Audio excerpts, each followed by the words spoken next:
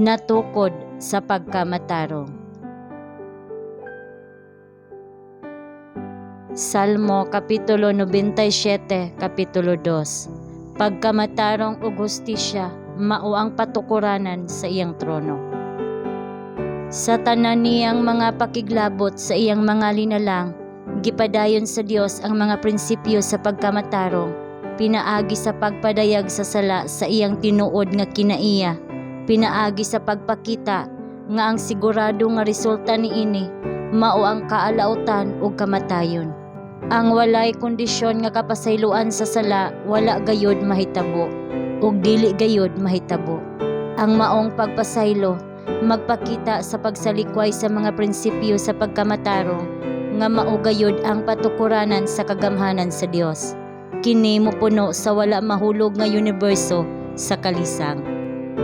Ang Dios matinumanong nagpunting sa mga resulta sa sala ug kun kini nga mga pasidaan dili tinuod, unsaon nato pagsiguro nga ang iyang mga saad matuman. Kanang gitawag nga pagbuhat og maayo nga magpadaplin sa hustisya, dili pagkamaayo kun dili kahuyang.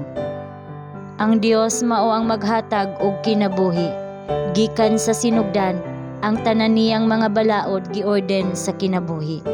Apan ang sala misulod diha sa sugo nga gitukod sa Dios ug misunod ang panagsumpaki.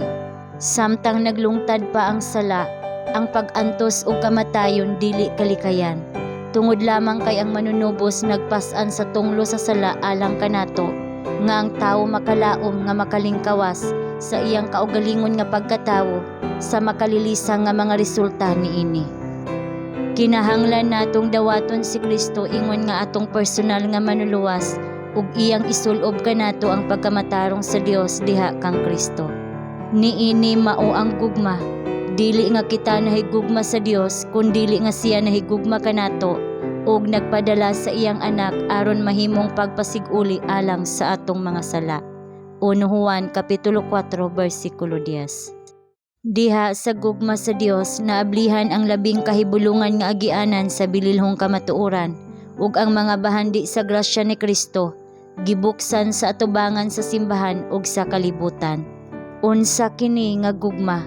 Unsa ka kahibulungan? Dili matukib nga gugma nga motultol ni Kristo sa pagpakamatay alang kanato samtang kita mga makasasala pa. Pagkadakong kapildihan sa kalag nga nakasabot sa lig-on nga pag-angkon sa balaod ug kinsa napakyas pa sa pagsabot sa grasya ni Kristo nga labaw pa nga modagaya. Tan-awa ang cross sa Kalbaryo. Kini usa ka lig-on nga saad sa walay kinutuban nga gugma, ang walay sukod nga kaluoy sa langit nung Amahan.